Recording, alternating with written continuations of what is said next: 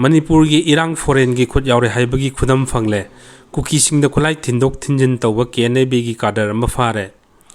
Manipur thugai na bahona duna mitai sing da drone bomb sing amasung missile sin na duna attack tawduna irang tholi basida mapalam foreign gi khut yaowe haibagi chapcha khudam changdam sing phangba ngamle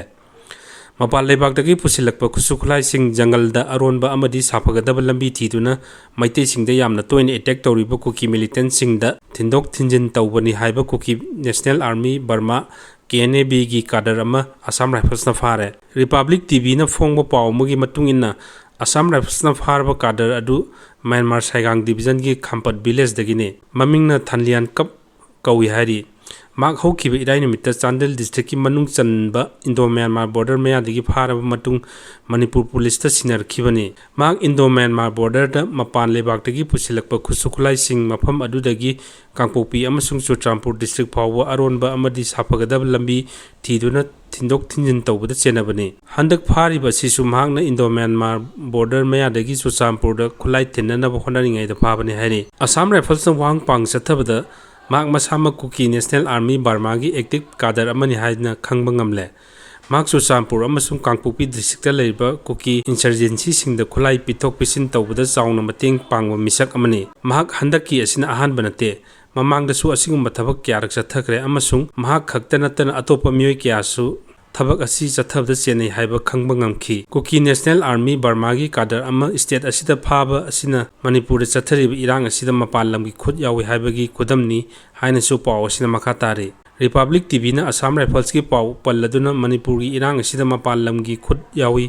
haina phongdokraba tungda Manipur police ta phangba paw na hai Myanmar macha adu Manipur gi boundary manungda kilometer anirom changsilaga leirambadagi ahanba Assam Rifles ki cadre singna phakibani Pharaba miyoi adu police ta sinarakpada 13 foreigner active ki makha da phabani haina palai ek asigi makha da mahak ngasi chief judicial magistrate Chandel gi court puthoklaba tungda judicial custody da remand tawkhre adumakpu judicial custody da remand tawraga su ngasi gi oina kudongcha da khara leibadagi detention center da thamdri police custody da leiri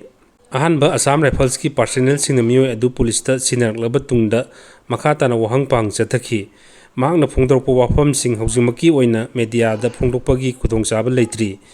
investigation gi stage oina tawbanina karimita phongdokpa yakhiroi haina makhatari panba yabadi Manipur da Kuki narco terrorist singna tholibi irang asida Myanmar da base tawba Kuki UG group singa isamda samnai makoina Myanmar gi saruk khara Manipur khaibok ama Mizoram Bangladesh saruk khara punsilaga Kuki gi oiba ningtamba lebak ama semnaba thorang tawri thorang asi ubdagi Bangladesh ki oinadi makhoi gi da irang sagatnaba thorang tawbu Kuki militant kunlom phagat khiba leikhre khoidagi afaba makhal gi khuchukhulai kyamarom phakhiba leikhrabani